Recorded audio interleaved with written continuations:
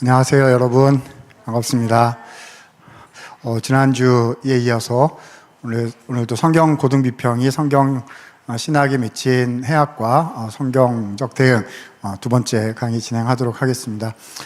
지난주에 예고드린 바와 같이 그대로 진행해 갈 수 있도록 하고자 합니다. 비평학에는 고등비평과 하등비평이 있습니다. 여러 가지 얘기를 할 수가 있을 텐데요. 여기서는 너무 디테일하게 들어가기보다는 이제 관련된 정도로만 이제 말씀을 드릴게요. 우리가 지난주에 말씀드린 그 역사 비평으로부터 시작된 소위 그 비평학들, 다시 말해서 하나님의 그 성경 말씀이 하나님의 말씀이다라고 수용하고 받아들이기보다는 내가 한번 봐야겠다. 내가 인간의 이성으로 체크해서 믿을 수 있으면 진리이고, 이해가 되면 논리적으로 납득이 되면 진리이고, 그렇지 않으면 진리가 아니다. 이렇게 들어가는 그런 비평학 종류를 우리는 고등비평이라고 부르게 됩니다. 영어로는 higher criticism이라고 얘기를 하는 거죠. 인간의 이성으로 합리적으로 계시로 접근하기보다는, 그렇죠? 인간 학문적인 텍스트로 접근하는 것을 고등비평이라고 얘기를 합니다. 저희 보수적인 신학을 가지고 계신 분들이 받아들이지 않는 그런 비평학이 바로 고등비평이라고 얘기를 하겠고요. 그래서 앞에 성경자를 붙인 건 이제 성경 신학, 성경 텍스트에 대해서 접근할 때 고등비평이다 이렇게 얘기하게 되는 겁니다. 이것이 이제 신학교가 아닌 일반 대학으로 가게 되면, 가블러가 얘기한 것처럼 독립시켜서 일반 학교들로 가게 되면 더 이상은 성경 신학이라는 이름을 갖고 있지 않게 되고요. 일반 학문이 되는 거예요. 그래서 History of Religion, 뭐죠? 종교 역사. 그래서 종교사 연구 이렇게 가게 되고, 또 어떤 일반 학교들이 그런 학과들이 있죠. 종교학과 이렇게 가게 되는 그런 연구로 가게 되는 거고요. 또 구약 같은 경우에는 고대근동학 으로 연결이 되기도 하고, 또 신약 같은 경우는 이제 그레코 로망 스터디스 그래가지고요. 또 이제 그리스, 또 로마 시대의 또 문화와 종교 연구 이쪽으로 또 갈 수도 있게 되는 겁니다. 고등비평 말고 하등비평이라는 것도 있는데요. 이 하등비평은 우리가 얘기하는 그런 종류의 이제 우리가 지금 반박하려고 하는 그런 종류의 비평을 얘기하는 것은 아닙니다. 예를 들면 하등비평학에는요, 성경의 여러 사본들을 비교해보는 작업들, 이런 것들이, 그래서 실제로 원문에 처음에 적혀 있었던 것이 무엇일지를 판단해보는 사본들 비교하는 내용들, 그런 내용들을 우리는 또 하등비평의 하나다 이렇게 또 부르게 됩니다. 그래서 들으실 때 고등비평이 우리가 진리를 수호하고 디펜드 하려고 하는 그것에 반대되는 이제 그런 비평학이 고등비평학이다 이렇게 생각해 주시면 아마 가장 그냥 기본적인 수준에서 깔끔하게 이해하실 수 있겠다 이렇게 생각이 됩니다. 자, 지난 시간에 이어서 오늘은 두 번째인데요. 지난 시간에는 이론적인 부분들을 쭉 말씀을 드렸어요. 그래서 신학의 제 분야들이 어떤 것인지, 성경 신학이 어떻게 나오게 됐는지, 그리고 성경 신학의 지난 200 몇십 년간의 역사가 비평학과의 논쟁사였는데, 그 중에 하나님 말씀을 또 수호하고 또 디펜드하고 변호하는 그런 가운데 성경신학이 발전해 왔다라는 말씀 드렸고요. 그리고 성경 비평학이 흘러온 세 가지 축, 역사와 본문과 청중으로 흘러와서 모양은 바뀌는 듯 하였으나 하나님의 말씀을 하나님 말씀으로 인정하지 않으려는 그들의 기본적인 전제는 변화되지 않았다. 이게 너무 큰 거지요. 그렇죠? 그러니까 내가 생각해 보겠다가 아니고요. 성경 말씀은 우리가 제가 이 수업 시간에 학교에서 잘 취하는 포즈인데요. 이렇게 그렇죠? 그래서 우리는 하나님 말씀이 하나님 말씀이다라고 해서 받아들이고 수용하고 시작할 것인지, 아니면은 이게 진짜인지 내가 한번 보겠다로 시작할 것인지에 따라서 성경을 읽는 것 자체가 너무 달라지게 된다. 우리는 성경 말씀은 정확무어한 유일한 구원의 계시인 하나님의 말씀이다 라는 그 믿음에서 출발해야 하는 거죠. 그러니까 전제가 없는 해석은 없습니다. 나는 전제 없이 객관적으로 성경 말씀을 보겠다, 그거는요 그냥 내 마음대로 읽겠다라는 또 하나의 전제에 거거든요. 내가 주체다라는 말이에요. 성경은 그렇게 읽는 게 아니고요. 성경은 하나님께서 우리에게 말씀해 주신 유일한 하나님의 계시이고 유일한 하나님의 구원의 방법이고 우리가 꼭 알아야 될 모든 것들을 담고 있는 살아계신 주님의 진리다. 이게 우리의 출발이고 이게 전제입니다. 그래서 이 믿음이 있어야 말씀이 열리는 것이거든요. 그래서 이렇게 들으시면서 물론 이 유튜브를 보고 계신 대부분의 그 청중들은 이런 믿음을 가지고 성경을 보시리라 생각이 듭니다만은요. 혹시 이것이 맞나 저것이 맞나 생각이 드시면요. 이 성수협 강의에서 나오는 여러 강의들을 또 들으시지만 다 유익한데요. 이 모든 강의들을 통해서 이제 기도하는 마음이 있으셔야죠. 하나님 눈을 열어서 하나님의 진리를 보게 해 주시옵소서. 이 성령 하나님께서 조명하심으로 눈을 열어주시고 우리의 마음을 열어주셔야 이 내용이 하나님 말씀이다라는 그 믿음이 있을 수가 있는 것이거든요. 그래서 믿음은 은혜이고 성경을 깨닫는 것도 하나님 말씀을 예수 그리스도 안에서 성령의 조명하심으로 깨닫게 되는 하나님의 역사인 것이거든요. 그래서 하나님 그 은혜가 우리에게 있을 수 있게 해주십시오. 항상 그런 마음으로 말씀을 묵상하실 수 있으면 좋겠습니다. 이런 내용들이 이제 지난 시간에 드렸던 말씀들이고요. 네, 여기에 연이어서 오늘은 조금 더 진행하고 그리고 실제 예들을 한 3가지 정도 들어보는 그런 시간을 가지려고 합니다. 자, 오늘도 화면 정리된 거 순서를 따라서 함께 진행해 나가도록 하겠습니다. 자, 오늘 강의의 흐름입니다. 그래서 건강한 성경 해석의 원리로서 구원 계시의 점진적 발전이 무엇인지에 대한 설명을 좀 드려보도록 하겠습니다. 물론 지난 시간에 3가지 해석의 원리를 말씀을 드렸지요. 역사적 해석, 문법적 해석, 신학적 해석, 가장 기본적인 것인데요. 이제 조금 더 깊이 들어가면 구원 계시의 발전을 생각하면서 우리가 성경을 읽어야 된다. 특별히 구약 성경과 신약 성경이 어떤 관계에 있는가. 구약 성경이 좀 더 어렵지 않습니까?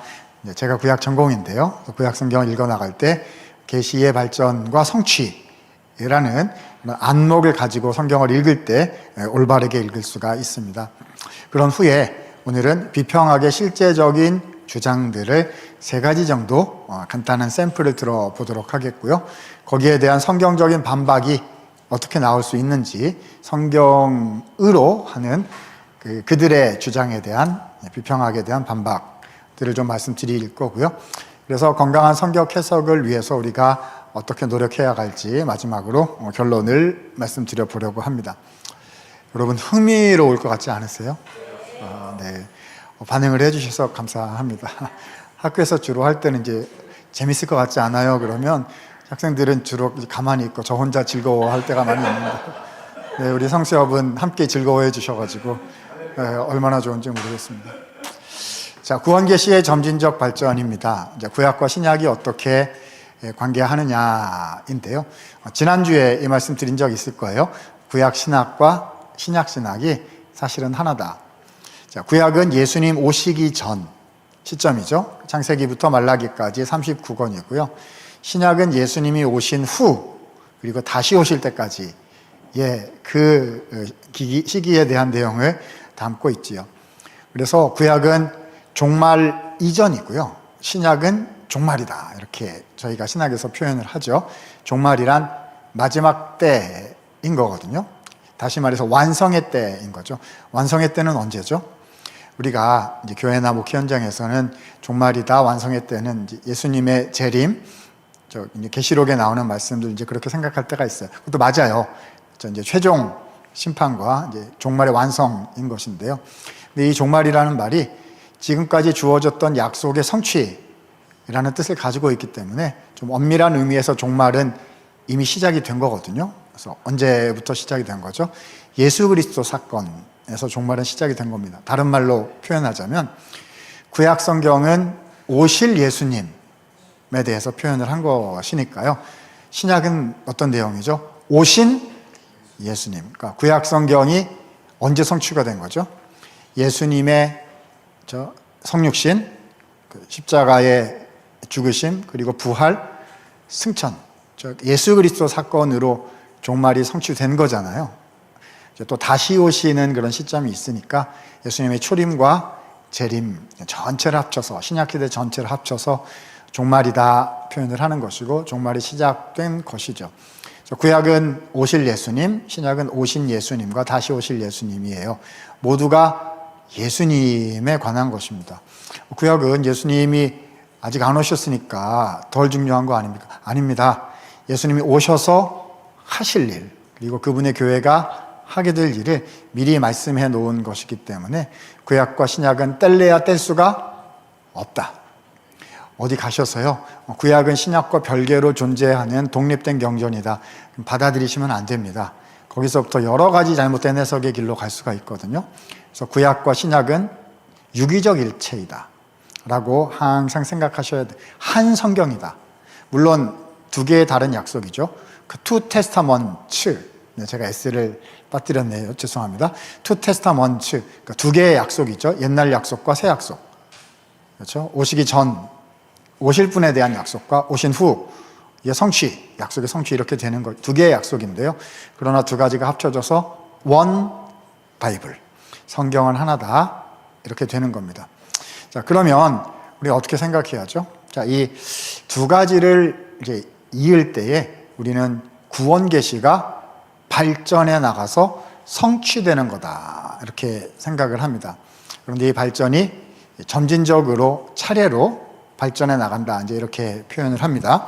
그 내용이 무엇인지를 조금 생각해 보도록 하겠습니다. 네. 자, 구원 계시가 점진적으로 발전해 나간다는 것은 두 가지를 의미합니다. 약간 어려운 내용처럼 들리실 수 있는데요. 그럼 그냥 편한 마음으로 이렇게 들어주시면 좋겠습니다. 자, 첫 번째는요, 예수님 오시기 전까지 구약의 계시들은 여러 번 성취되는 거예요. 다중적 성취라고 표현하고요. 다중적 성취 과정을 통해서 예수님을 향해서 나아간다. 그래서 성취되기까지, 그 전까지는 여러 번 성취된다. 그 과정을 통해서 발전이 일어난다 라는 것입니다. 자, 일단 정확히 개념을 좀 잡겠습니다. 모든 계시들은요, 성취라는 의미에서는요, 단회적으로 성취되는 겁니다. 자, 모든 구약의 계시는, 자, 누구에게서 성취되죠? 예수님에게서 성취되는 것입니다. 예수 그리스도 사건에서 종말론적으로 최종 성취된다, 이렇게 되죠. 자, 이게 무슨 말이냐면요, 마지막 성취, 완전한 성취는, 자, 한 번이에요, 여러 번이에요? 딱 한 번입니다. 누구에 의해서만 되는 거죠? 예수님에 의해서만 되는 거고요. 예수 그리스도 이외에 온전한 성취자가 있습니까, 없습니까? 없어요. 그렇죠? 예수 그리스도의 이름 외에는, 그렇죠? 다른 구원을 얻을 만한 다른 이름을 우리에게 주신 적이 없느니라. 그렇죠? 사도행전에서 분명히 성경이 말씀하고 있지요. 그래서 한 번 완전한 성취가 있는 것입니다. 예수님 이후에 그 다음 성취가 있나요? 없어요. 제가 수업 시간에 늘 얘기하는 바는 이제 표현이 이런데요. 약간 재미난 표현이기는 한데요. 예수님 이렇게 말하면 맞아요, 틀려요? 예수님이 99.99999%를 성취하셨는데 0.000001%가 아직 남아 있어서 그걸 하시는 분이 우리 목사님이다. 그걸 하신 분이 우리 전도사님이시다. 그걸 이루시는 분이 우리 권사님이시다. 이렇게 얘기하는 사람들을 뭐라고 부르죠? 이단이라고 부릅니다. 그렇죠? 예수님으로 말하는 것 같은데 끝에 꼬리가 하나 달려 있어가지고요. 그래서 여기만 진짜고 일반 다른 교회들은 가짜다, 이렇게 가면 그런 거를 이단이라고 부릅니다. 예수님께서 100% 다 성취하신 것이고요. 그 이후에 성취자는 있어요, 없어요? 없습니다. 그 이후에 뭐가 이루어진다는 것은 예수 그리스도의 몸된 교회가 복음을 전하고 하나님의 나라를 확장해 나가고 뭐 이런 걸 한다는 거지요.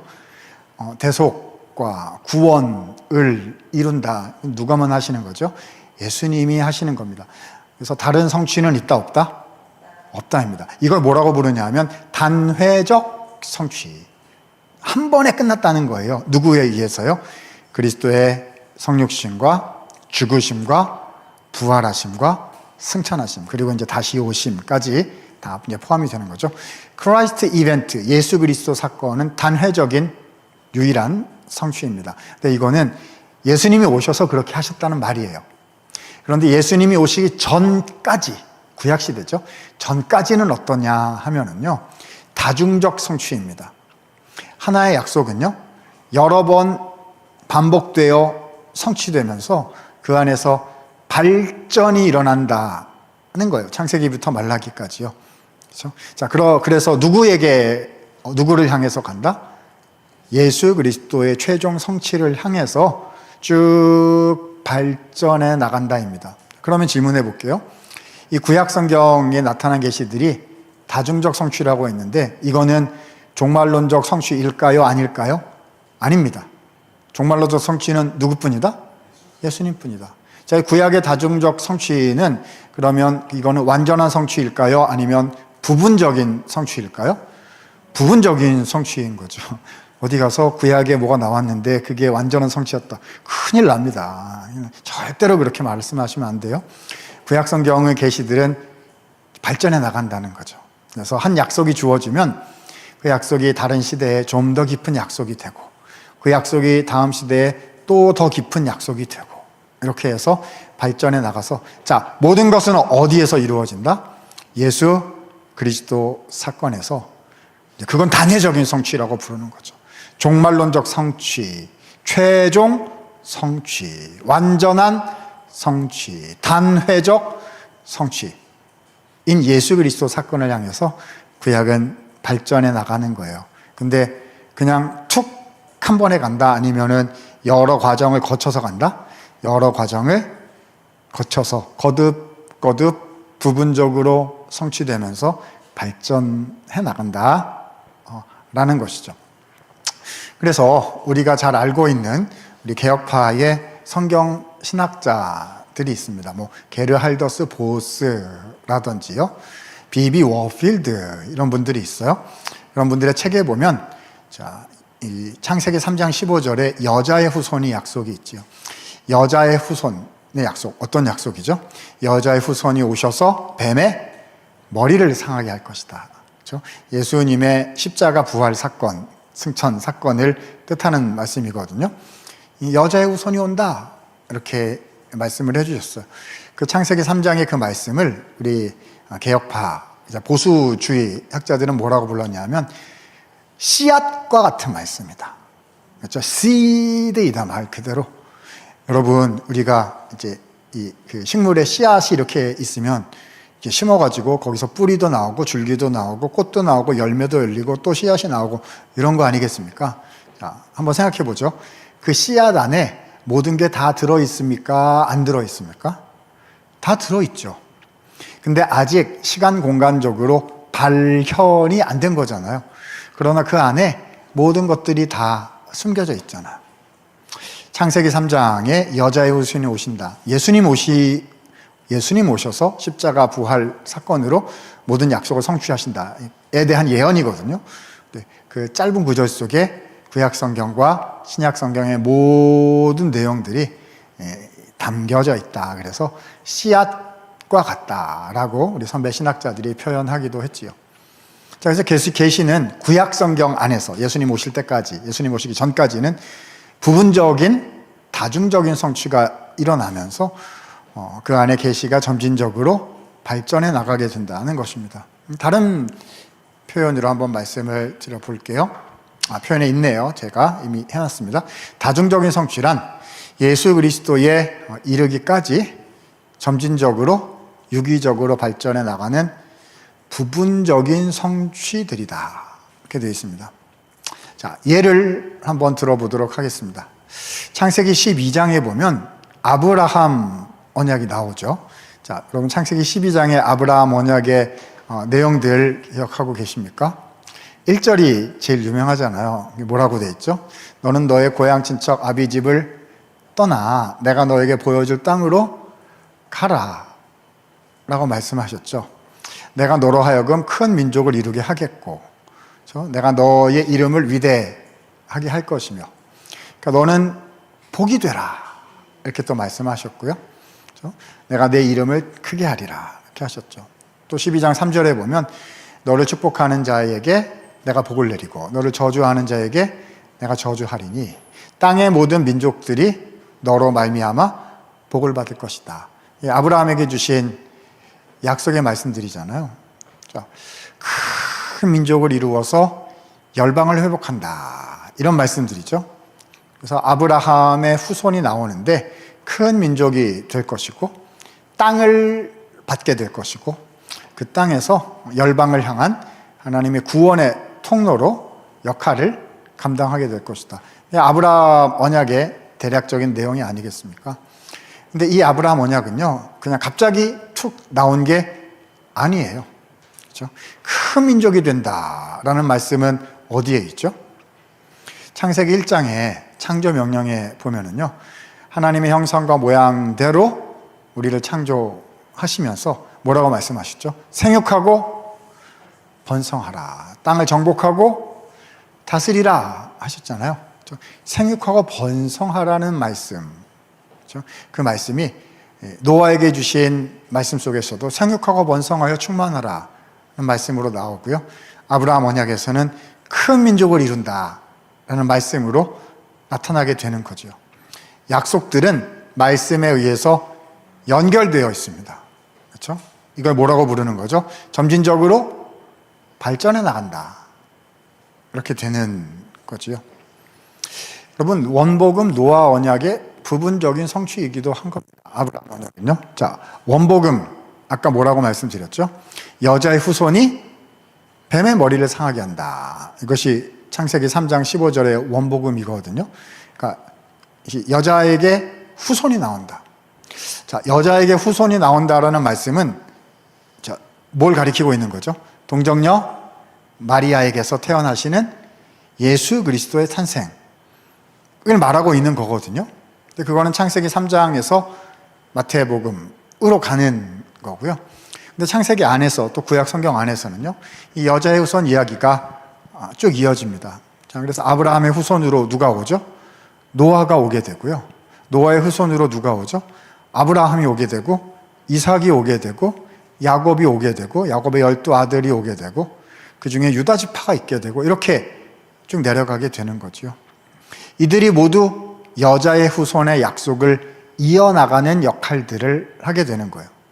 그렇죠? 근데 그럼 아브라함이 여자의 후손이냐? 종말론적 성취의 의미에서, 완전한 성취의 의미에서 아브라함이 여자의 후손, 아니죠. 그렇지 않죠. 자, 여자의 후손, 약속을 이루시는 분은 몇 분이시다? 딱 한 분이시다. 누구시죠? 예수님밖에 없다. 예수님밖에 없다. 이렇게 생각해야 되는 거예요. 근데 그 예수님이 오시기까지 오실 예수님이 하실 일에 대해서 여러 가지를 성경이 보여주는데요. 자, 그걸 보여주는 사람이 첫 번째 노아, 두 번째 아브라함, 그 다음 이삭, 그리고 야곱, 모세, 이렇게 쭉 내려가게 되는 거죠. 그런 의미에서요. 자, 아브라함 언약은 창조 명령으로부터 나오는 것이고, 또 원복음으로부터도 나오는 것이고, 또 노아 언약으로부터도 나오는 거죠. 여러분 이해가 되시죠? 그렇죠? 그러니까 아브라함 언약은요, 원복음의 발전이요, 부분적 성취다. 그죠? 아브라함 언약은 또한 노아 언약의 부분적 성취요, 발전이다. 또 다르게 얘기해 볼까요? 노아 언약은 원복음의 부분적 성취요, 발전이다. 다 이해되시죠? 그렇죠? 쭉 연결되어 있어요. 그러니까 한국말로 하나님이 주신 구원의 계시들은 따로 국밥들이 아니란 거예요. 따로 담겨 있는 따로 국밥들이 아닌 거고요. 연결되어 있는 일체다. 그러니까 뭐라고 표현하냐 하면 하나님의 계시는 유기적으로 발전해 나가는 것이다. 여러분 구약 성경 안에서 예수 그리스도와 관계없는 본문, 그런 하나님 약속의 말씀이 있습니까? 없습니다. 그렇죠? 어떤 분들은 하나님 믿는다, 성경 말씀 믿는다 이렇게 얘기하면서요, 구약 성경에 예수 그리스도와 연결 안 되는 부분이 있다 이렇게 말씀하시는 분들이 계세요. 그럼 저는 어떤 생각이 드냐면 어딘데요? 한번 붙어봅시다. 이렇게. 예. 모든 것은 예수 그리스도를 향해서 가고 있는 거예요. 근데 그 내용이 예수 그리스도의 어떤 모습을 보여주고 있는 것이냐, 그리스도 안의 교회의 어떤 모습을 보여주고 있는 것이냐를 잘 설명은 해야죠. 그러나 예수 그리스도 사건과 그분의 교회와 연결되지 않는 구약의 말씀은 없습니다. 이것이 구원 계시의 점진적 발전을 생각하는 이제 보수적인 그런 입장이라고 할 수가 있겠습니다. 자, 조금 더 설명을 해보자면요, 이렇게 말씀드릴 수 있을 거예요. 계시의 다중적 성취는 이렇게 봐야 됩니다. 자, 그 두 가지 주장을 하시는 분들이 있어요. 어떤 분들은 이렇게 주장하십니다. 자, 구약 성경 안에는 단 하나의 계시만 있다. 아브라함에게 약속도 주셨고, 모세에게 주신 언약도 있고, 다윗에게 주신 언약도 있고, 예레미야의 새 언약도 있고, 여러 종류의 말씀들이 다 있는데, 그게 다 그냥 다 똑같은 거다. 그래서 자, 더 커버넌트다. 자, 이제 캐피탈 C로 썼어요. 대문자 C로 썼습니다. 구약 성경에는 언약이 딱 하나만 있는 거예요. 다 똑같은 거다 라고 말씀하시는 분들이 계시고요, 반대가 있어요. 자, 이 대문자가 아닌 소문자예요. 커버넌트, 서로 다른 여러 가지 언약들이 모여져 있는데 그 언약들은 연결되는 게 아니라 따로따로이다. 모세한테 주신 건 모세 시대이고, 아브라함한테 주신 건 아브라함 시대이고, 아브라함에게 주신 언약은, 그렇죠? 하나님이 아브라함, 이삭, 야곱 잘못해도 이렇게 품어주시고 은혜 주신 건데, 모세 언약은 율법이 있어가지고 불순종하면 저주 준다 그래서 쳐내지 않느냐, 다르지 않느냐, 다르다. 커버넌트이다 이렇게 아시죠? 그래서 더 커버넌트라고 믿으시는 분들과 커버넌트라고 믿으시는 분들이 논쟁을 해요. 막 논쟁을 해요. 구원 계시의 점진적 발전을 생각하는 저와 같은 사람들은 어떻게 생각하느냐? 자, 세 번째 줄에 보시면요, The covenant equal covenant이다 라고 생각합니다. 여러분, 구약의 모든 계시들은요, 하나님이 보실 때는 초월적인 관점에서 하나님이 보실, 그러니까 하나님은 시간과 공간 안에 계세요? 아니면 밖에 계세요? 밖에 계시죠. 하나님은 시간을 만드신 분이세요. 하나님은 공간을 만드신 분이죠. 그리고 이제 그 안으로 들어오시기도 하세요. 이제 그게 하나님의 임재, 하나님의 현존. 그리고 사람이 되셔서 시간과 공간으로 피조물이 되셔서 오신 하나님은 제2위 하나님이신 성자 예수님이신 거고요. 근데 이제 그런 특별한 케이스들이 있는데, 일반적으로 얘기하자면 하나님은 창조자이시기 때문에요, 시간과 공간을 초월하여 계시죠. 초월적인 의미에서요, 하나님의 계시는 이미 완성되어 있는 것입니다. 이 이미라는 표현에도 이제 시간적인 개념이 들어갈 수밖에, 우리는 시간적인 개념으로밖에 이해가 안 되니까 자꾸 이렇게 표현하게 되는데요. 아무튼 이제 한계가 있는 거예요, 인간의 언어는. 하나님 나라는요, 하나님의 계시, 주님의 왕국은 이미 완성되어 있습니다. 하나님 편에서 보실 때는요. 그잖아요. 그런데 그 완성된 하나님의 나라가 시간과 공간을 뚫고 우리가 이해하는 종류로 시간과 공간 안에 말씀으로 드러날 때가 있어요. 그런 것들을 뭐라고 부르죠? 우리는 계시라고 부릅니다. 아담과 하와에게 주셨던 약속, 모세에게 주셨던 약속, 다윗에게 주셨던 약속인 거죠. 근데 이 모든 약속들은요, 뭘 다 똑같이 가리키고 있다고요? 이걸 앞을 보고 해야 되겠네요. 뭘 똑같이 가리키고 있다고요? 우주적 사건, 우주적 성취의 사건, 모든 만물, 시간과 공간을 뛰어넘는 모든 것에 영향을 미치는 단 하나의 사건, 종말론적 성취, 계속 얘기했잖아요. 누구 사건이죠? 예수 그리스도 사건인 거죠.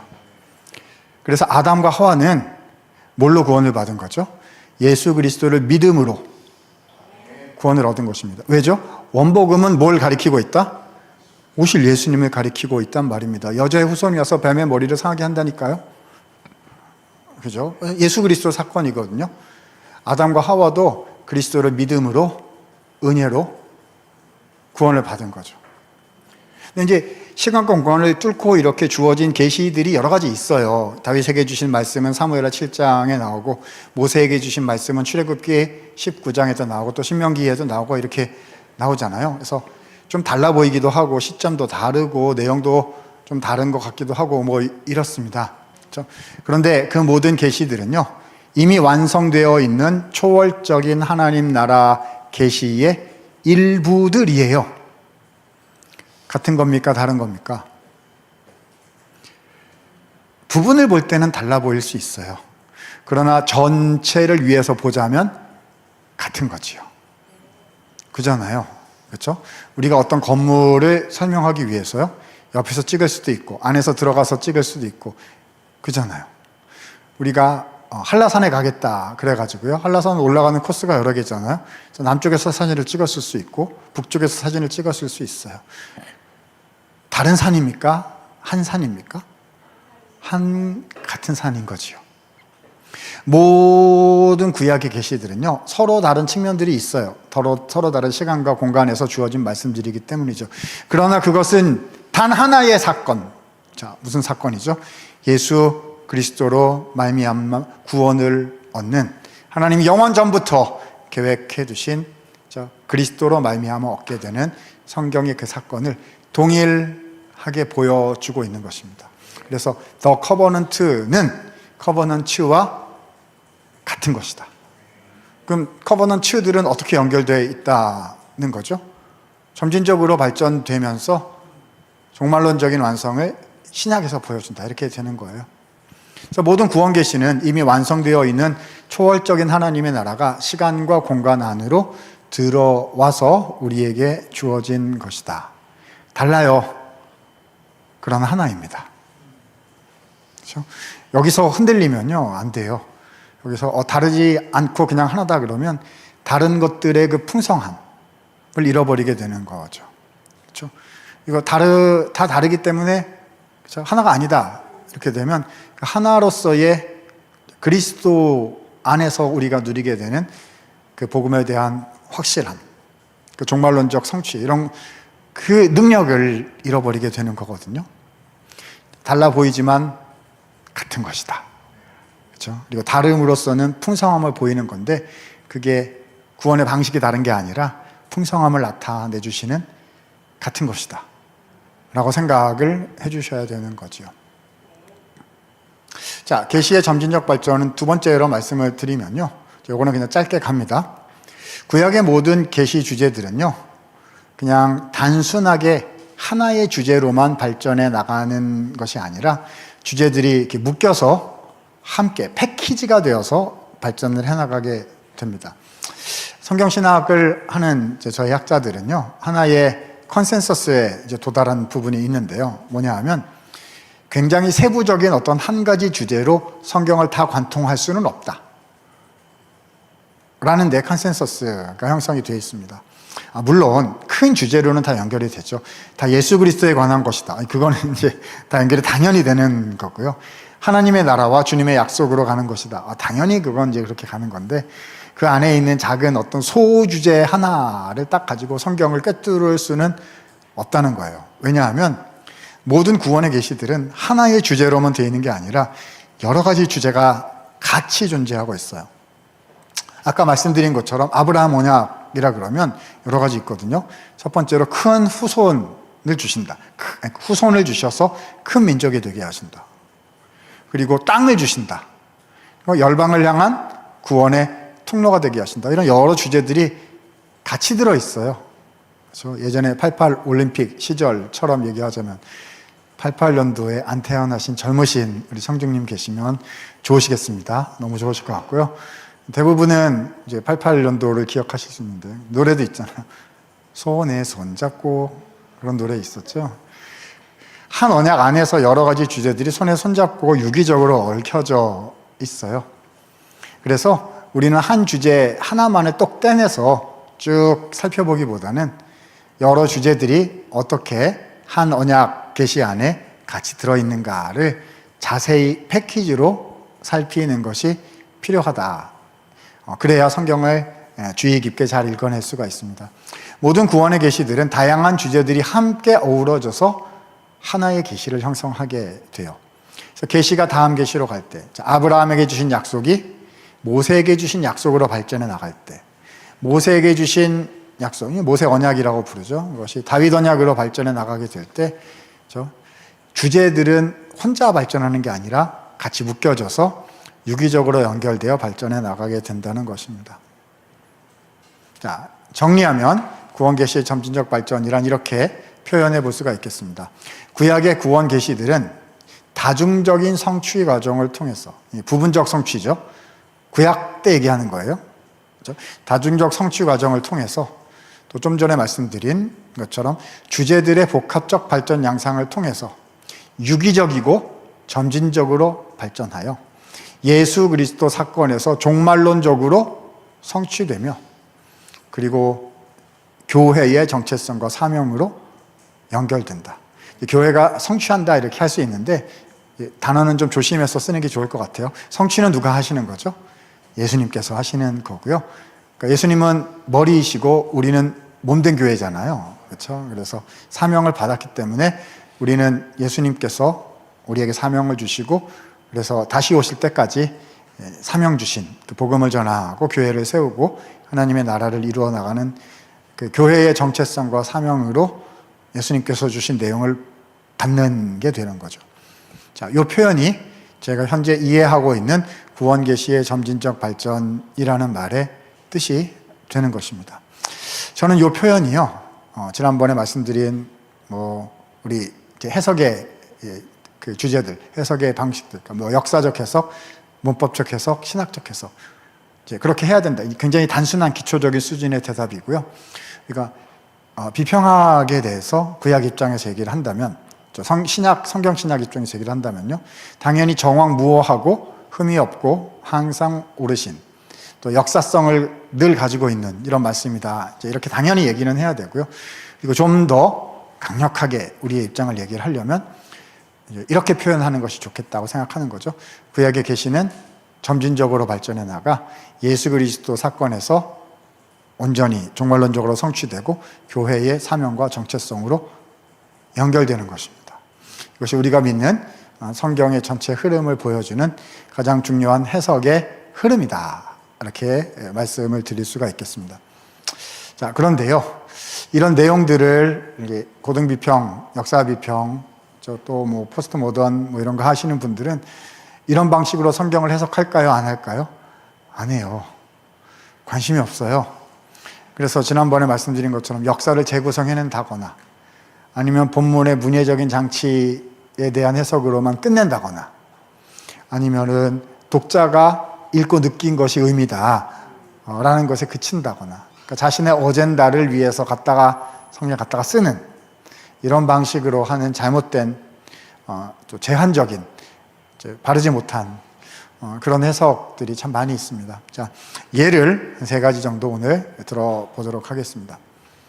자, 첫 번째 성경 비평학의 주장입니다. 창세기 1장과 창세기 2장이 서로 다르다, 그러니까 상충된다 라고 주장하는 경우들이 있습니다. 교회에서도 이런 질문들을 하시는 경우를 이제 볼 수 있는데요. 물론 교회에서 질문하시는 거는 비평학적인 접근은 아닐 것인데, 근데 이제 질문들을 하는 거죠. 그러니까 비평학은요, 앞뒤 이렇게 좀 생각해보고 자기가 인간적으로 이렇게 합리적인 나름의 그런 이성으로 생각을 해가지고요, 좀 이상하다 싶으면 이제 뭐라고 하는 거죠? 이상하다 싶으면 틀렸다, 문제가 있다, 이렇게 나오는 거예요. 근데 신앙이 있는 사람들은 앞뒤가 잘 이해가 안 되거나 아니면 난제가 있는 것 같다. 그럼 어떻게 생각을 하죠? 와, 여기에 또 주님의 더 깊은 신비의 말씀이 있구나. 이렇게 생각을 하죠. 그래서 더 연구해서 또 풀어보고, 여기에 더 깊은 은혜가 있는 거구나. 정말 하나님 말씀은 우리가 늘 연구해야 되는 것이다. 이렇게 생각하니까 출발이 달라요. 이 비평하시는 분들은 좀 전에 얘기하겠지만 이런 문제를 막 얘기하셔가지고요, 이제 우리 보수주의 사람들이 이렇게 대변할 수 있습니다 라고 얘기하려고 그러면요, 안 들어요. 잠깐 있어봐요, 이 문제도 있어, 이렇게 하시는 거예요. 이거는 이렇게 대답할 수 있지 않습니까? 가만히 있어봐, 이 문제도 있는데 이건 본 적 있냐, 이렇게. 그러니까 이 보수 쪽에서 제기하려는 답을 들을 생각이 없는 거죠. 그건 학문이 아니야 라고 생각을 하는 거죠. 그래서 이제 그분들이 보수적인 사람들을 이제 꼴통이라고 부르거든요. 근데 이렇게 부르면 꼴통인 것은 양측이 마찬가지다. 그렇죠? 저는 보수가 꼴통이라고 생각하지 않아요. 왜 그렇게 들리냐 하면 하나님 말씀을 있는 그대로 지키려고 하기 때문이죠. 그러니까 무슨 얘기냐 하면 그분들도 보수가 얘기하는 답을 들으려 하질 않아요.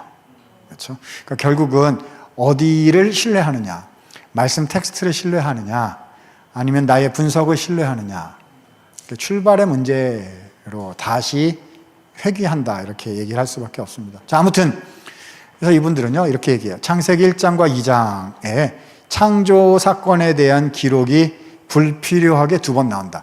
1장도 창조에 대한 기록이고 1일, 2일, 3일, 4일, 6일, 7일 이렇게 가잖아요. 2장 3절까지 제7일까지 그렇게 가요. 창세기 2장에 보면 2장 4절부터 마지막 절까지 이렇게 보면요, 에덴 동산을 창설하신 얘기, 남자와 여자를 순서대로 지으신 이야기, 또 아담이 짐승 또 새들의 동물들의 이름을 붙인 이야기, 이렇게 얘기가 쭉 나오잖아요. 근데 창세기 1장에 안 나오는 얘기들이 있단 말입니다.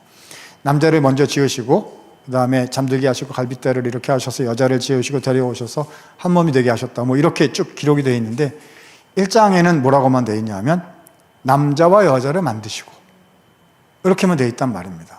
그렇죠? 그러니까 이제 질문을 던지는 거죠. 왜 한 번에 기록하지 두 번에 기록했느냐?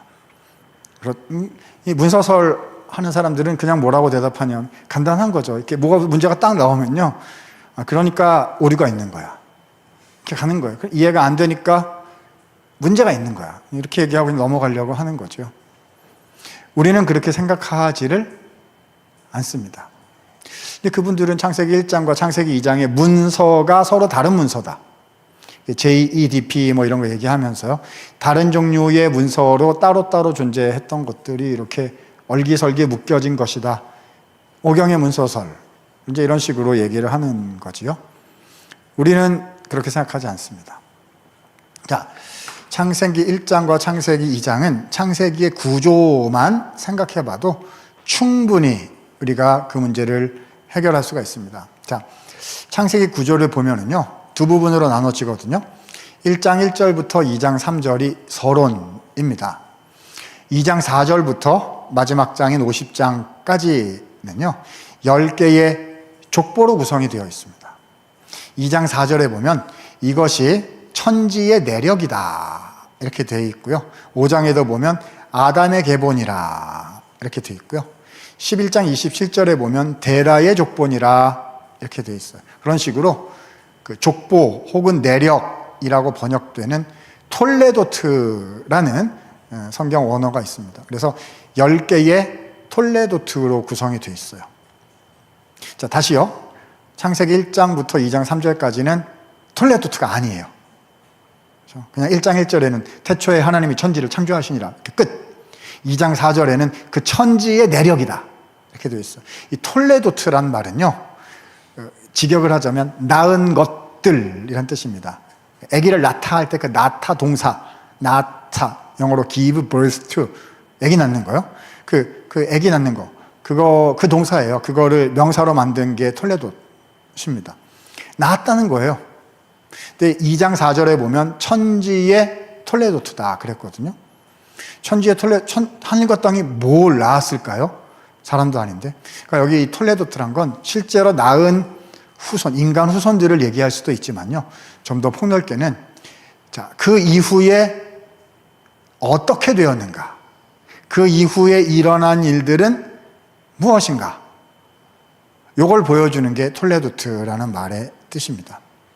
자, 화면을 좀 보시면요, 이 10개의 톨레도트 중에 첫 번째 톨레도트가 창세기 2장 4절부터 4장 26절까지입니다. 자, 여기 첫 번째 천지의 톨레도트예요. 그러니까 다시요. 1장 1절부터 2장 3절까지는 하늘과 땅을 만드셨다라는 창조 기록이에요. 1일, 2일, 3일, 4일, 5일, 6일, 7일. 뭐 하셨는지에 대한 기록이. 근데 그게 완성이 됐잖아요. 2장 4절에서는 그래서 완성된 그 천지가 그 다음에 어떻게 되는가, 그 다음에 어떻게 되었는가를 기록한 거가 첫 번째 톨레도트인 2장 4절부터 4장 26절이라는 거죠. 자, 여기에는 세 가지 사건이 나옵니다. 2장에는 에덴 동산 얘기가 나오고요, 3장에는 타락했다가 여자의 우선 약속을 주시는 타락 사건이 나오고요. 4장에는 아담과 하와의 첫 번째 아이들, 첫 번째가 아니라 아담과 하와가 낳았던 아이들, 누구죠? 가인, 아벨, 그리고 마지막으로 셋, 이렇게 태어났잖아요. 자녀들에 관한 가인, 아벨, 셋 사건 이야기가 나옵니다. 그러니까요, 여러분 잘 보셔요. 창세기 1장과 창세기 2장은 비교 대상이 아니에요. 그렇죠? 자꾸 1장과 2장을 가지고 오셔가지고 1장에 창조기사가 나오고 2장에도 창조기사가 나오고 이렇게 생각하시면 안 된다는 거예요. 그거는 창세기의 전체적인 구조의 흐름을 인지하지 못했기 때문에 그렇게 얘기하는 거죠. 정확히 얘기하면 창세기 1장과 비교를 뭔가 해야 된다면 어디를 비교해야 되죠? 2장, 3장, 4장 세트가 1장과의 비교 대상이 되는 거죠. 어떤 의미의 비교 대상이죠? 1장에서는 천지를 지으셨다 이고 2장, 3장, 4장에서는 그 다음에 어떻게 됐다. 에덴 동산 만드셨는데 거기서 타락 사건이 일어났고 원복음이 주어졌고 여자의 우선 계보로 예수님까지 가야 되는데, 그렇죠? 그 중에 가인과 아벨이 있었고 그 중에 아벨은 하나님이 받으셨고 가인은 받으시지 않았으니까, 그러니까 누구가 예수님을 향해서 내려가는 족보인 것처럼 생각이 되죠. 아벨인 것처럼 생각이 되는데 아벨은 죽었고 가인은 저주받아 떠났으니까 예수님에게로 내려가는 족보가 멈춘 것 같은 상황이 됐는데, 그때 세 번째 아들인 셋이 태어나서 셋을 통해서 노아가 나오고 아브라함이 나오게 되었다. 뭐 이런 내용들이 2장, 3장, 4장의 내용이라는 거예요. 그러니까 창조에 대한 팩트, 역사적인 기록은 1장 1절부터 2장 3절인 겁니다. 1일, 2일, 3일, 4일, 5일, 6일, 7일 정확하게 기록하셨잖아요. 근데 2, 3, 4장에서는 그 다음에 어떤 일이 일어났는가를 설명하시는 거고, 그걸 위해서 2장에 필요한 부분들에서 1장에 말씀하신 것에 대한 좀 더 자세한 해설이 나오는 거죠. 1장에서 남자 여자를 창조하셨다 하셨는데 2장에서는 남자를 먼저 만드시고 잠들게 하시고 그 갈빗대를 가지고 여자를 만드시고 하나가 되게 하셨다라고 자세하게 설명해 주시면서 그 다음 이야기를 이어나가게 되는 것입니다. 그러니까요, 1장과 2장이 서로 다른 문서다라고 쉽게 얘기하면 되겠습니까? 안 되겠습니까? 안 되는 거죠. 왜 이렇게 설명하셨을까를 놓고 우리는 연구하고 상고하고 살펴보고, 하나님 말씀이 이렇게 되는 거구나, 이렇게 우리가 답을 찾도록, 더 깊은 은혜를 찾도록 노력을 해야 되는 거죠. 근데 비평하시는 분들은 잘 안 들으려고 그래요. 자꾸 그런 얘기하지 말고 가만히 있어봐. 또 다른 문제가 있어. 그러니까 성경은 믿기 어려워. 이렇게 이제 전제가 달라서 마음이 아픈 그런 부분들이 있습니다. 첫 번째 창세기 1장 예를 들었습니다. 두 번째 예를 한번 들어보도록 하겠습니다. 자, 신명기 30장을 보겠습니다. 신명기 30장은 모압 언약이라고 일컬어지는 말씀입니다. 자, 여기에 제가 본문을 적어 놓았습니다. 자, 1절, 2절, 3절을 적어 놓았는데요. 우리 같이 한번 읽어보고, 3절까지 제가 적어 놨어요. 같이 한번 읽어보고 그 다음 쭉 말씀 한번 드려보도록 하겠습니다. 자, 1절은 제가, 2절은 여러분께서, 3절은 다 같이 읽겠습니다. 내가 내게 진술한 모든 복과 저주가 내게 임함으로 내가 내 하나님 여호와로부터 쫓겨간 모든 나라 가운데서 이 일에 마음에 기억이 나거든. 2절 시작.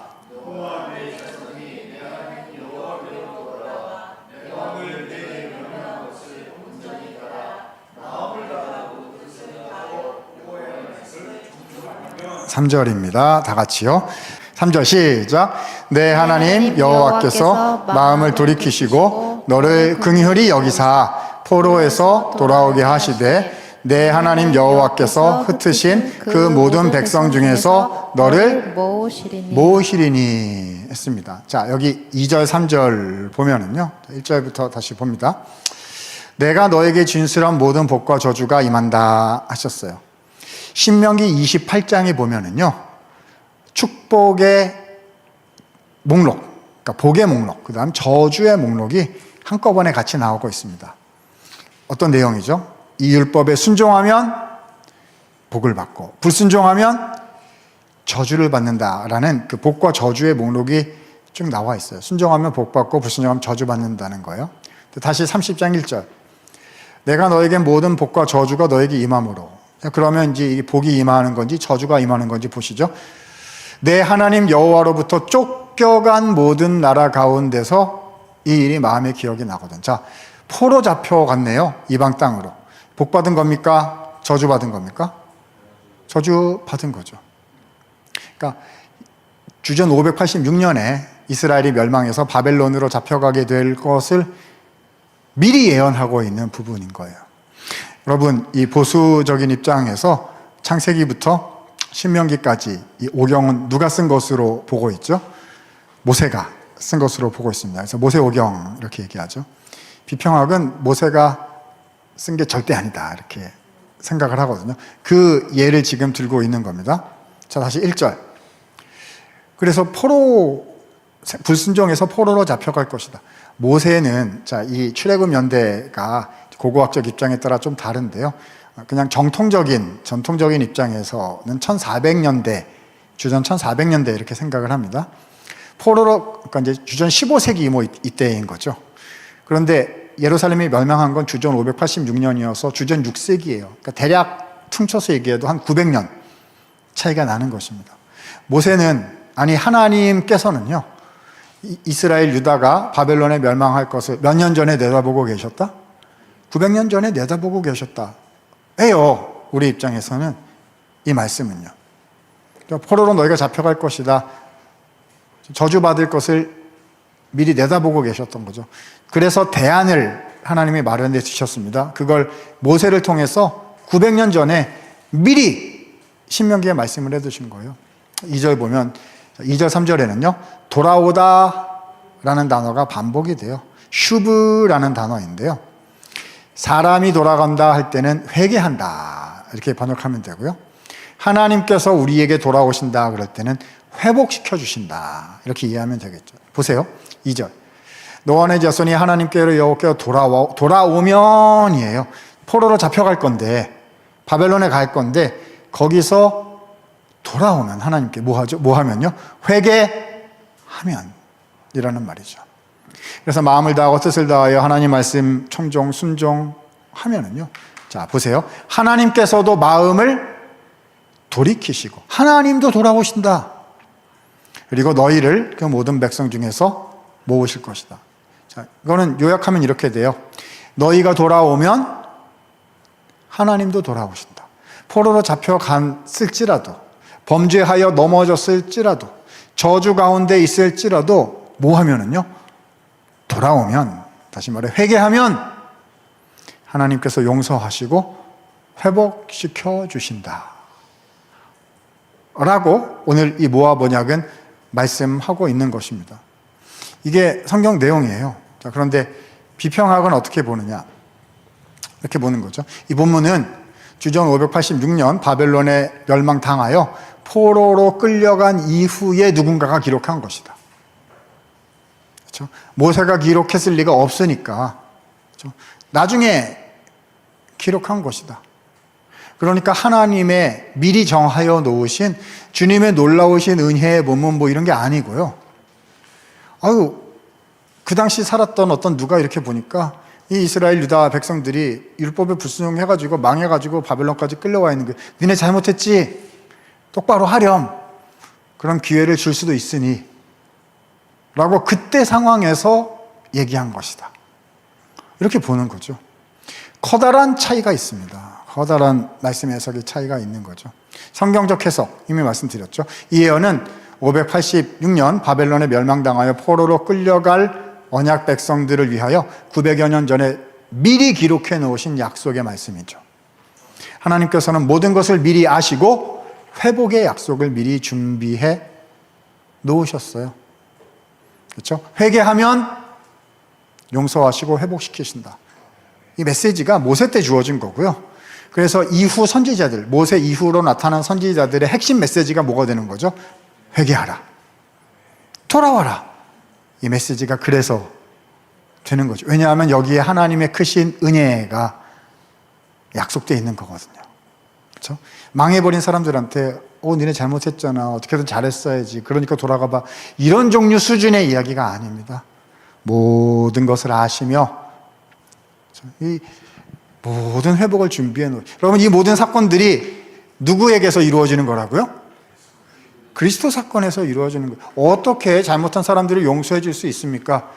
그리스도께서 죄인을 위하여 그 죄를 지시고 대신 죽으셨습니다. 이게 이 신명기 30장에도 대답이 다 되는 거라고요. 그 예수 그리스도의 은혜가 있으니, 그렇죠? 그 은혜를 믿고 약속을 믿고 돌아오는 자들에게는 회복을 주신다. 이 약속이요, 모세 때 주어져 있다는 것입니다. 미리 주어져 있었다는 거죠. 얼마나 크신 놀라운 은혜인지 모릅니다. 근데 비평학 입장에서 이걸 생각하면요, 이 하나님의 놀라우신 구속의 경륜이 없어지는 거죠. 그 상황 보고 그때 적절하게 필요해서 툭 던진 얘기일 뿐이지, 성경을 꿰뚫고 지나가는 하나님의 놀라우신 은혜의 구원 계시로 그 깊이와 넓이와 그 중요성을 이해하기가 어려워지게 되는 것입니다.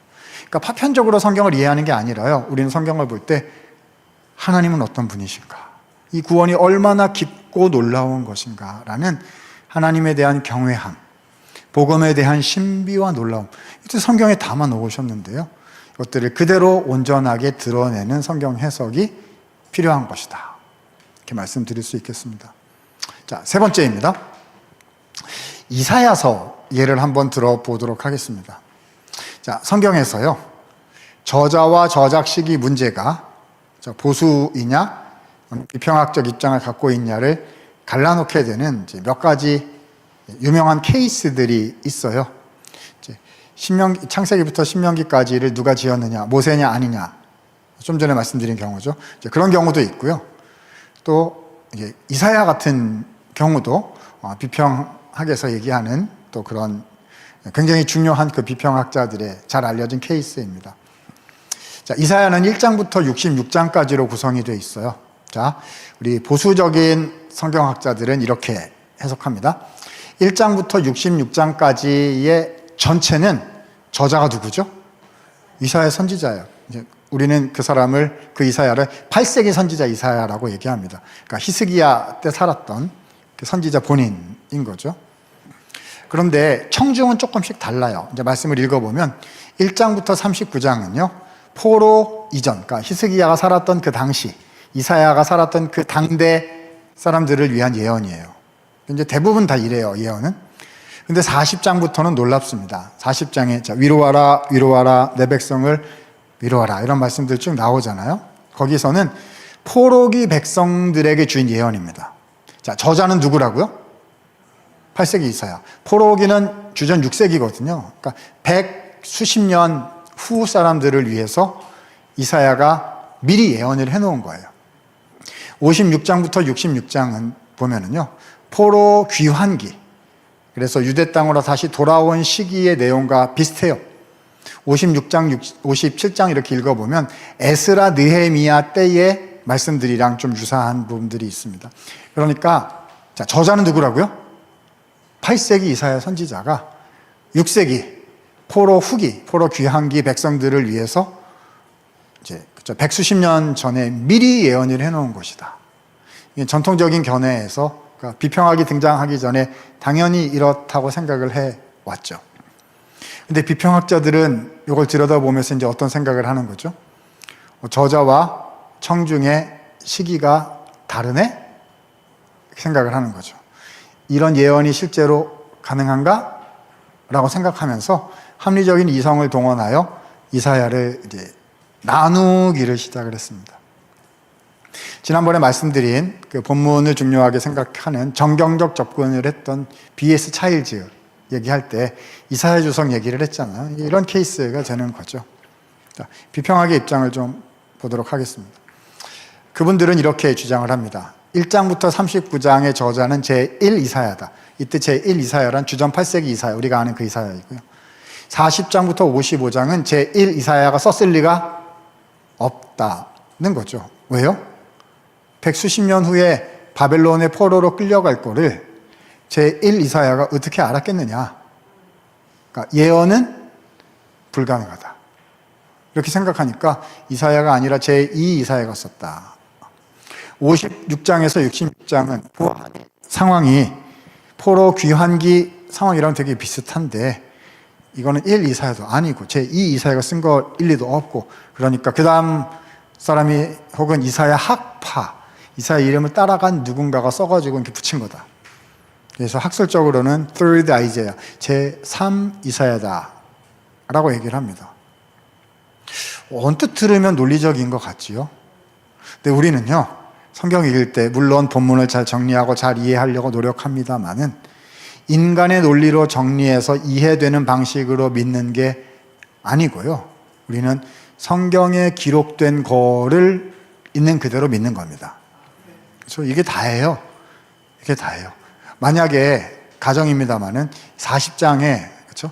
두 번째 이사야의 제자가 나타나서 선포하였으되 이렇게 적혀 있으면 다른 사람이다라고 우리도 생각하면 그냥 끝이에요. 이해하시죠?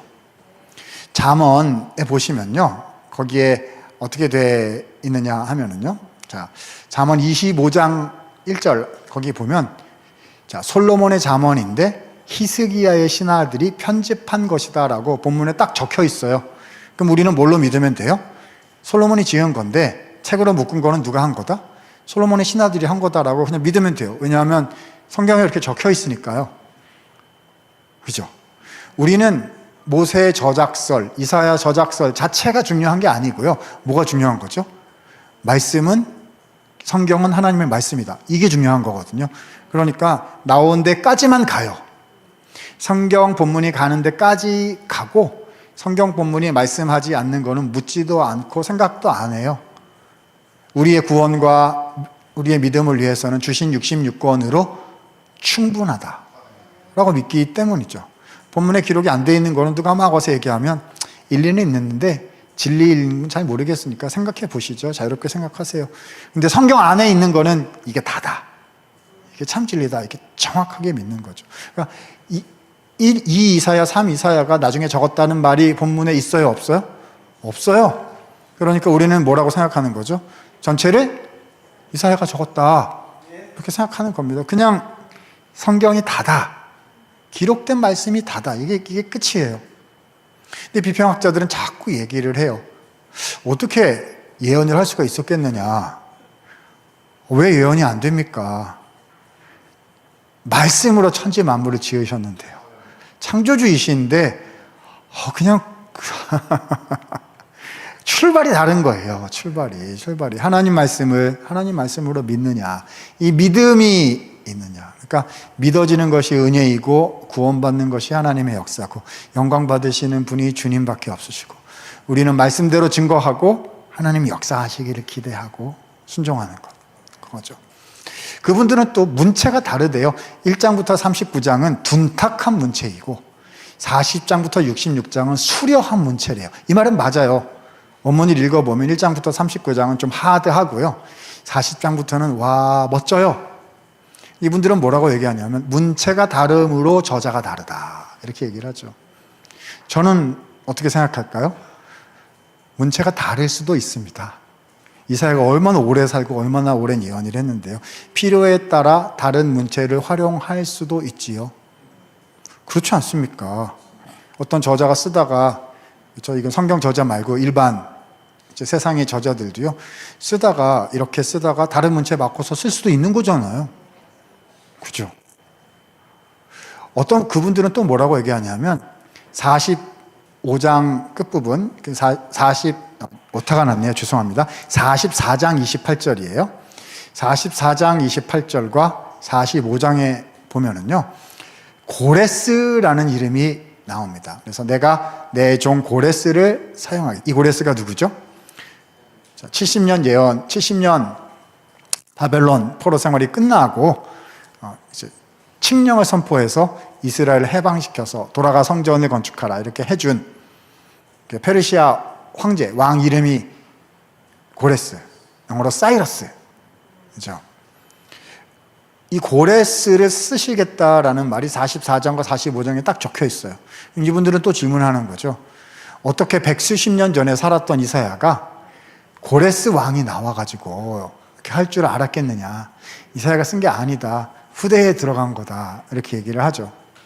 그럼 이제 저희 같은 사람들은 어떻게 생각하냐면 이런 거는 하나님께는 매우 쉬운 일입니다. 이렇게 그러니까 저희는 본문에 적혀 있는 거는 그렇다라고 그냥 받으면 되지 진짜다 아니다라고 생각할 필요가 없다는 거죠. 왜 이렇게 하셨을까라는 의문이 들면 하나님 말씀이므로 받는다 이렇게 하시고 그 다음에 왜 이렇게 하셨을지 더 깊이 연구해보고 묵상해보겠습니다. 이렇게 하면 되는 거지 맞느냐 잘못된 것이냐 오류냐 아니냐 성경은 그렇게 보는 게 아니라는 거예요. 이 귀한 하나님의 계신 말씀이 우리에게 주어진 것이 얼마나 감사한 일이고 얼마나 은혜인데요. 감사함으로 받아야 되는데 그걸 재단하려고 하면 안 되는 거죠. 세 번째 예를 이렇게 말씀을 드렸어요. 쭉 정리는 되어 있습니다. 우리의 입장은요, 예언은 가능하다. 운체는 바뀔 수 있다. 또 이사야 전체를 꿰뚫고 지나가는 주제들이 있어요. 1장부터 39장은 다윗의 후손이 와서 하나님 나라를 회복시킨다. 40장에서 55장은요, 다윗의 후손이 아닌 고난받아 죽으시는 여호와의 종이 와서 회복하신다. 56장부터 66장은 그 여호와의 종 때문에 등장하게 되는 종들이 있다. 종들이 주님의 나라를 회복한다. 이렇게 돼 있어요. 같은 얘기입니다. 또 비평학은 이거 보고서 이게 또 서로 다른 세 가지. 아니요. 같은 겁니다. 뭘까요? 다윗의 후손이 고난받는 여호와의 종이세요. 누구이시죠? 다윗의 후손으로 오셔서 십자가에 우리를 위하여 죽으시는 하나님의 종이신 예수님. 그리고 56장 이후에는 예수님께서 부활 승천하시면서 교회를 세우시고 맡기시잖아요. 그 여호와의 종들인 공동체, 교회. 예수 그리스도 사건과 그분 안에 있는, 그렇죠? 그리스도 안에 있는 교회를 얘기하는 그런 내용들이거든요. 이것들이, 이런 주제들이 오히려 유기적인 하나다, 이사야가. 라는 것을 저희에게 오히려 더 잘 보여줘 있다고 생각합니다. 여러분, 이런 예들은요, 무수해요. 그래서 뭐가 있습니다. 그 오류가 있는 것 같아요. 그러면 이렇게 하나씩 생각해 보시면 되십니다. 설명을 하면은 또 다른 게 있어요. 이렇게 하시고. 설명을 하면은 또 다른 게 있어요. 그러니까 성경은 못 믿겠어요. 이렇게 하시고 이렇게 가시는 거거든요.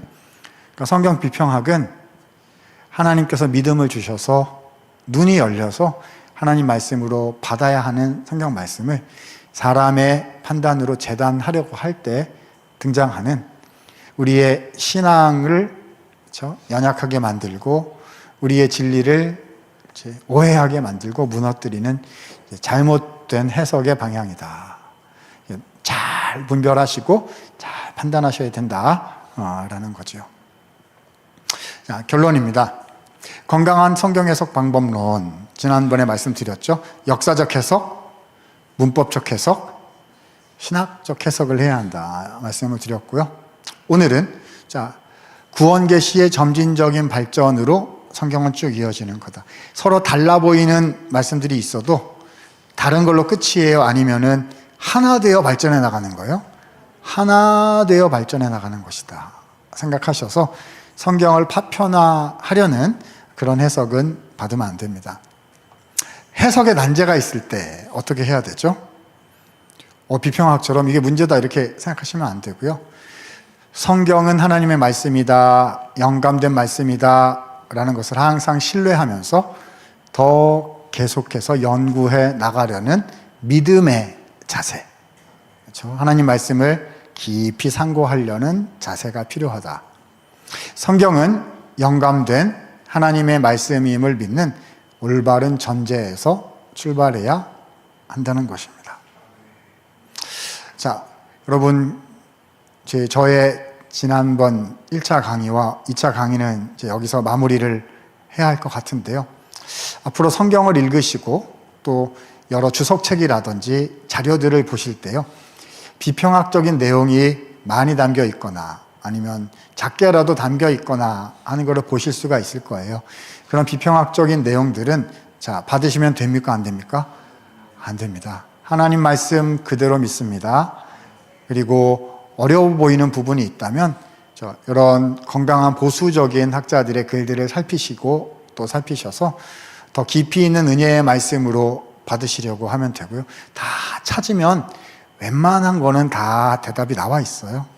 찾으면 나오게 되어 있습니다. 그래서 하나님 말씀을 하나님 말씀으로 해석하는 우리의 입장을, 우리의 태도를 더욱 견고하게 해야 할 것입니다. 이런 마음으로 우리가 교회 사역도 감당해야 될 거고요. 또 교회에서 우리 청년들이나 다음 세대 또 우리 성도님들께서 물으시면 잘 연구하여 답변해서 성경 말씀 위에 굳건히 설 수 있도록 늘 함께 계속해서 노력해 나가는 우리가 되어야 할 줄로 믿습니다. 자, 제가 한번 기도하도록 하겠습니다. 은혜가 많으신 하나님, 지난주에 이어 두 번째로 성경 고등비평의 해학과 성경적 대안에 관해서 함께 생각하였습니다. 하나님, 너무 기초적이고 중요한 말씀 나누었습니다. 주님, 우리에게 은혜 주셔서 하나님의 진리의 말씀을 믿음으로 받고 잘 변호하고 수호하며, 그래서 우리의 교회가 말씀 위에 든든히 다시 세워지는 귀한 일들, 우리를 통하여 일어날 수 있도록 하나님 힘과 지혜를 주시고 복에 복을 더하여 주시옵소서. 감사하옵고 귀하신 구주 예수님 이름으로 기도드리옵나이다. 아멘. 감사합니다. 네, 우리 김희석 교수님 오늘 46강 성경 고등 비평이 성경신학에 미친 해학과 성경적 대응 두 번째 강의 너무너무 잘 해주셨습니다. 선생들 가운데 어떤 선생은 자기 안에 가득 찬 지식을 혼자서는 답답한데 이게 남에게 전달하는데 좀 아쉬운 분이 가끔 있지만, 또 본인이 아시는 것을 선명히 잘 전달해 주시는 분도 계시는데, 우리 김희숙 교수님은 너무 감사하게도 그 두 번째에 이어서 오늘 우리에게 너무너무 잘 이해되게 말씀해 주셨습니다. 첫 번째 구원 계시의 점진적인 발전을 말씀해 주셨습니다. 우리 계시가 구약에서 다중적으로 성취되었고 우리 예수님께 와서 완성되었다, 이렇게 말씀을 해 주시고요. 이런 그 계시 주제들이 점진적으로 복합적으로 계속해서 발전해 왔다, 이런 말씀을 하실 때에 그랜트 오즈본이 한 그 스파이럴, 나선형에 대한 말씀이 딱 생각이 나는데, 점진적으로 발전해온 이 사실들에 대해서 비평학자들은 어떻게든지 이걸 난도질을 하려고 길을 쓰고 노력을 하는데, 가장 먼저 창세기 딱 읽으면 1장, 2장 아무 생각 없이 읽어도 또 나오네? 왜 다르지? 이런 생각이 보통 사람 들 수 있는데, 그러면 왜 두 번 썼을까? 우리에게 더 잘 이해시키려는 좋은 의도가 있나 보다, 이렇게 선하게 생각하면 될 텐데 이걸 쪼개가지고 난도질을 하죠. 비평학자들이 우리 보수 신학자들 보고 종종 하는 말 가운데 책 좀 읽어라, 공부 좀 해라, 이런 소리를 해요. 우리들은 공부도 안 하고 무덤프로 민다고 비난하는 말이죠. 그러나 비평학자들은, 그분들은 공부 많이 했다고 자랑스럽게 말하는데 이게 안 보일까? 우리 교수님께서, 김희석 교수님께서 창세기 2장 4절부터 50장까지 10번의 톨레도트가 있다. 우리 히브리어 모르는 보통 사람들은 몰라도 학자라고 굉장히 똑똑하다고 자랑하는 사람 눈에는 이게 그냥 톡 보일 거 아니에요. 엘레 톨레도트 10번이나 나오는데, 3번만 나오도 이상하다 봐야 내가 10번이나 나오는데 그걸 일부러 눈 감고 안 보는 거겠죠. 이런 부분들 우리 교수님 분명히 짚어주셔서 참 감사합니다. 또 신명기 30장의 모압 언약에 대해서 어떻게 모세가 900년 후에 포로로 끌려갈 것과 또 시신이 돌아올 것을 알고 기록했단 말이냐. 이사야서 어떻게 이사야 39장까지는 괜찮지만 그 이후에 이 고레스의 이름을 어떻게 미리 안단 말이냐. 우리 교수님께서 한 말씀으로 딱 정리해 주셨습니다. 예언은 하나님에게는 너무 쉬운 일이다, 너무 쉬운 문제다. 한마디로 저 사람들은 하나님의 전능성을 아예 안 믿으려고 하니까 이런 소리들을 하는데, 그거에 혹하는 학자들은 또 뭔지 참 답답한 일입니다.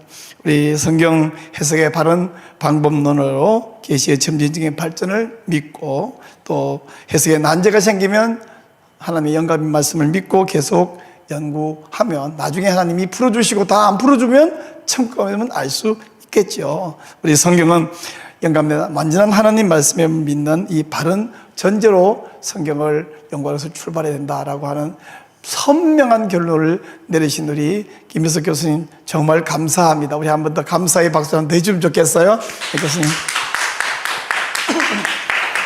네, 감사합니다.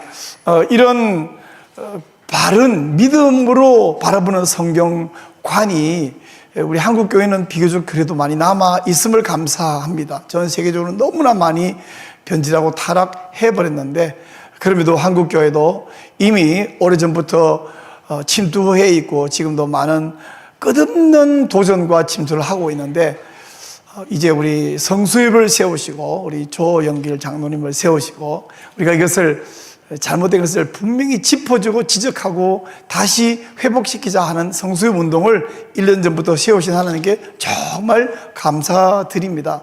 저는 젊을 때부터 신학을 공부하고 수십 년 전부터 이야기를 들어오면서도 불구하고 그거 어떡한단 말이냐, 뭐 그러고 하면 별 정말 이상한 사람들 다 있는구나 이 정도 하고 지나가고 있었는데, 우리 성수협을 세우셔서 하나님께서 바로 삼아 주시니 정말 감사합니다.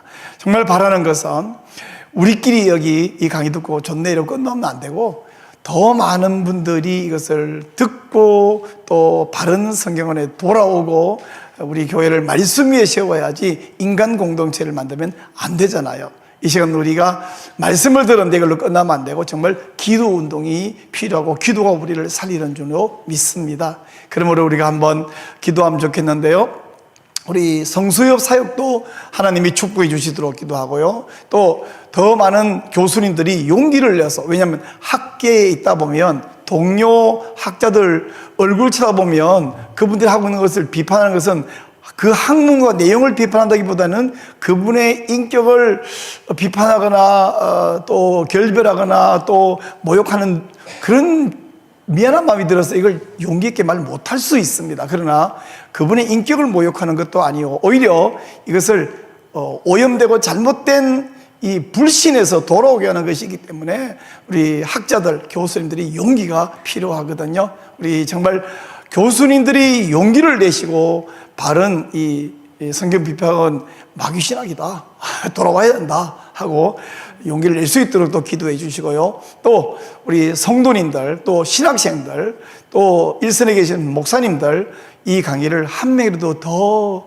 들어서 바른 성경관에 돌아와야 되는데, 목회한다고 바쁘고 할 일이 많은데 그 신학교 때 다 공부했는데 이러면서 강의를 안 들으실 분도 계시지만 한 명이라도 더 들어야 됩니다. 이런 모든 일들을 위해서 우리 한번 기도하면 좋겠습니다. 우리 한번 주여 한번 부르고 완전히 기도하기를 원합니다.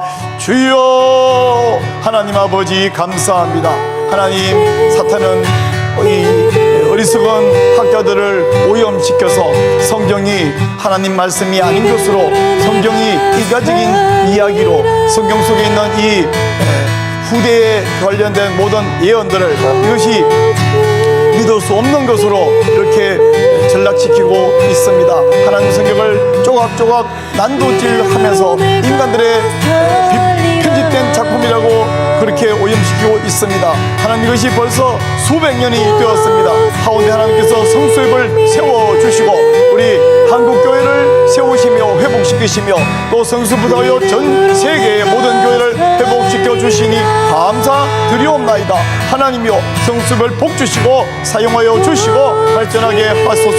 또 하나님, 일선에 계신 우리 귀한 교수님들 용기를 내고 일하는 것이 쉽지 않습니다. 하나님, 담대함을 허락하여 주시고 동료 교수들, 학자들을 향하여 그들의 인격을 모욕하는 것이 아니요 오히려 그들을 오염된 것에서 불신해서 돌이키는 것임을 확신하고 용기를 내어 이 강의를 하며 동참할 수 있는 일을 허락해 주시옵소서.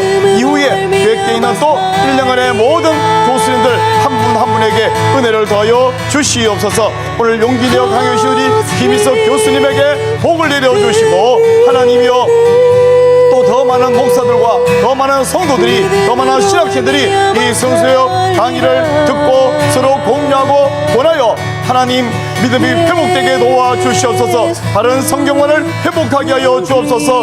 교회가 말씀 위에 굳건하게 서는 은혜를 허락해 주시옵소서.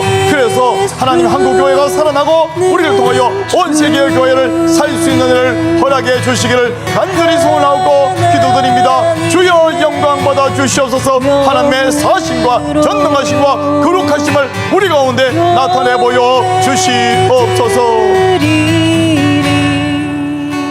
주 예수님 이름으로 간절히 기도하옵나이다. 아멘.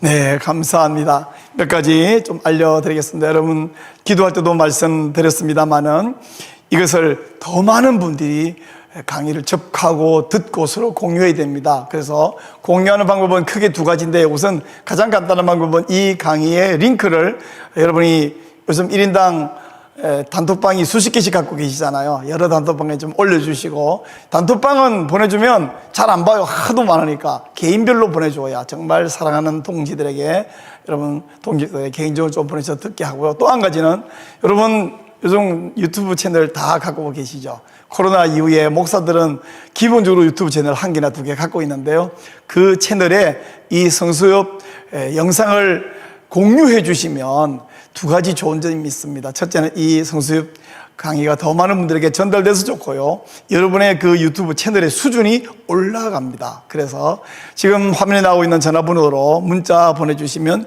채널 공유할 수 있는 방법을 쉽게 안내해 드리겠습니다. 유튜브 채널 공유 부탁드립니다. 또 우리 매주 월요일 우리 성수역 강의를 이렇게 3시부터 진행하고요, 또 오후 6시 반부터는 또 한 가지 중요한 강의가 계속 진행되고 있습니다.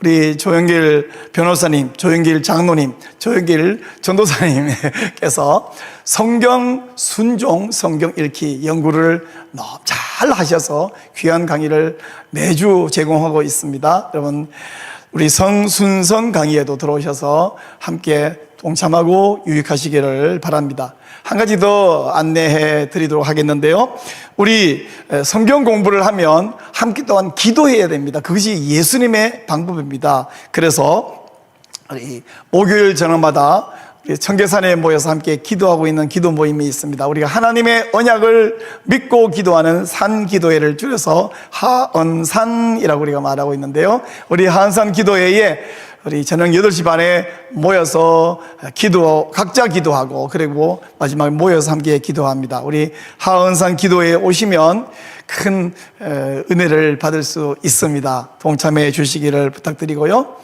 그리고 이제 오늘 46회 강의를, 우리 성수역 강의를 했는데, 다음 주 47회 강의는 우리 합동신학대학원대학교에 설교학 가르치시는 이승진 교수님께서 오셔서 합리주의 성경 해석 비판과 대안에 대해서 또 강의해 주실 것입니다. 우리 이승진 교수님은 저의 박사학위 논문 지도교수입니다. 이렇게 말씀드리는 훌륭한 분이라는 말씀입니다. 그래서 다음 주에도 또 강의를, 다음 주 3시입니다. 강의를 기대해 주시기를 바랍니다. 여러분, 우리 성수협을 위해서 더 많이 기도해 주시고, 관심 가져 주시고, 공유해 주시고, 유익을 나누시고, 함께 한국 교회를, 하나님 교회를 말씀 위에 세우는 동지, 동력자가 되어 주시기를 바랍니다. 여러분, 다음 주 오늘 성순성에서 뵙고, 다음 주 월요일 3시에 성수협 강의에서 또 뵙도록 하겠습니다. 네, 감사합니다. 평안하십시오.